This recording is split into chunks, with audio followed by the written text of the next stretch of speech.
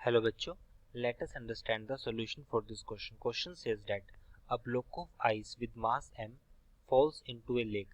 After impact, a mass of ice m by 5 melts. Both the block of ice and lake have temperature 0 degrees Celsius. If L represent the heat of fusion, minimum distance of ice fell before striking the surface is.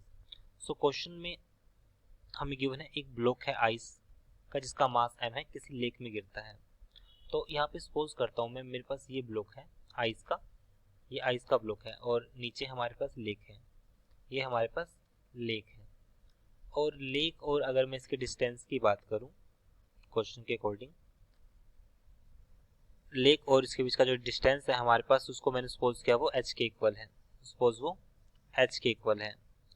सो अगर ये h के equal है, so it means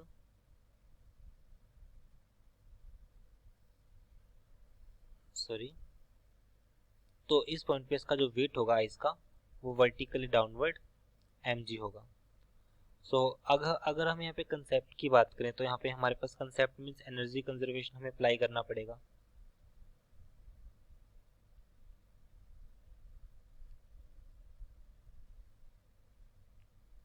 E concept में हम यहाँ पर energy conservation apply करेंगे। तो solution for this question,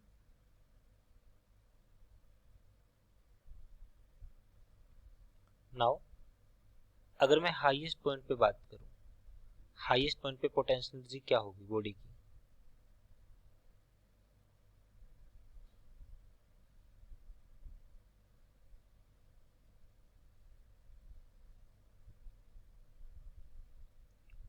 potential energy at highest point that is PE equal हो जाएगा mgh के इक्वल।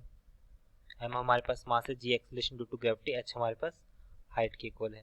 सो जैसे ही आइस कांटेक्ट में आएगा लेक के तो अपना वेट लूज करेगा और साथ में जो पोटेंशियल एनर्जी होगी वो भी डिक्रीज कर जाएगी, क्योंकि हाइट तो हमारे पास यहाँ पे बिल्कुल जीरो होगी। तो उस वक्त वो अपनी जो भी एनर्जी होगी वो लेक को ट्रांसफर कर देगा। सो मिनिमम डिस्टेंस मुझे फाइंड आउट करना है कि कितना डिस्टेंस ट्रेवल करेगा बिफोर स्ट्राइकिंग द लेक। तो अगर मैं लेटेंट हीट ऑफ फ्यूजन की बात करूं, if L represent the latent heat of fusion, amount of heat required to melt a mass m by 5 is, क्योंकि इसको जितना अमाउंट चाहिए इसको पिघलाने के लिए, उसके लिए अगर मैं Q की बात करूं that is equals to mass कितना है m by 5 और L हमारे पास है लेटेंट हीट ऑफ फ्यूजन। सो ये L हमारे पास लेटेंट हीट ऑफ फ्यूजन है। अब हम इसमें अप्लाई करते हैं law of conservation of energy, conservation of energy. So starting में पोटेंशियल एनर्जी थी ब्लॉक के लिए mgh, h हमारे पास, बाद में मास रिड्यूस हुआ m by 5 multiply with L। तो यहाँ से m से m कैंसिल और जो h की वैल्यू होगी हमारे पास हो जाएगा L by 5g।